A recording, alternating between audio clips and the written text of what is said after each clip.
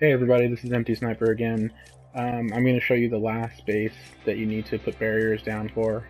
So just to recap, I'm going to be putting down the initial barriers for the first few rounds of Horde mode to kind of contain, not really contain, but manage and funnel the husks so that they're easy to pick off with your melee weapons or your initial weapons that you get at the start of Horde mode, and so that you don't have to worry about them coming at you from all directions. It makes them a lot easier to deal with, especially as the rounds progress, if you first do this initial layer of barriers when you start the match. So the idea again is to funnel the husks and not actually block them from getting the atlas, but kind of redirect them so that they are coming from only a few points called choke points near the base. And so you can place one of your heroes or even defenders there, and they'll take out the husks for you. And then as the rounds progress and it gets more difficult, you can place more traps and create a more maze-like barrier system so that the husks will have to, be dealt damage by traps, and you can kind of stand it back with your abilities and have defenders. And so this is just kind of the beginning setup that everyone should do initially, and then add to it as the game progresses. So here's the last base. I'll kind of comment on why this is the hardest of the base that I've shown so far. So this is the lowest base, and so that means that it's actually hard to get in and out of the area, which just makes it more difficult. So I always use jump pads, but if everyone's a ninja or something, it's a little bit easier to get to. And I always use the lower half barrier here because it's easier to shoot over.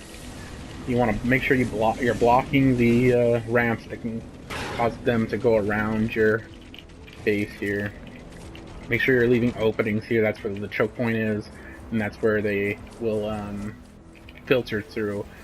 I kind of always like to double layer this area because this is one of the areas where they can pass through and all of your heroes are up and they don't see that they've gotten past. So they kind of sneak around you there, so you gotta be careful. Again, you want to make sure that you're blocking them. Don't put it too close because then your barrier will just get destroyed. Wave incoming. 1 minute.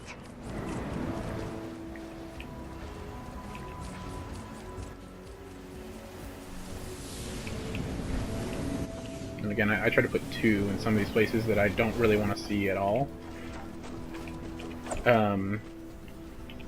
So that they won't attempt to go that way. So that's pretty much it right here. I have left this little spot open here. Sometimes they like to just make a right turn and climb up this hill around. So you have this spot here where they're coming, and you can kind of, again, set up a defender or just have a hero stand here and hit them. And then over here, you have another area where they can kind of walk through and hit you. As the game progresses, you kind of want to keep adding to the area. So what I do is I put another barrier here, another one here. If you put another one here, the people that come down this hill, if they eventually do, they'll just hit through this wall and walk right through. So that's kind of a bad idea. So you have this kind of area. You can also put a barrier like this. So now you're forcing them both to meet here in the middle, which is a good idea. So then you don't have to protect both areas. You can put wall dinos or floor traps or wall darts, whatever you want, blocking these areas, and defenders to keep them getting damage. So they're coming through this area, so they're breaking through that barrier here. And so you can kind of wait for them to break through and then say, okay, here's another area that you can defend. And you kind of do this on the fly, but you want to have this initial setup where you're like, hey, I know where I'm going to block. A lot of times to keep them in a single file, they're easier to shoot at and use your abilities on. I put 2 sets of barriers, so they're just walking up this hill straight to me.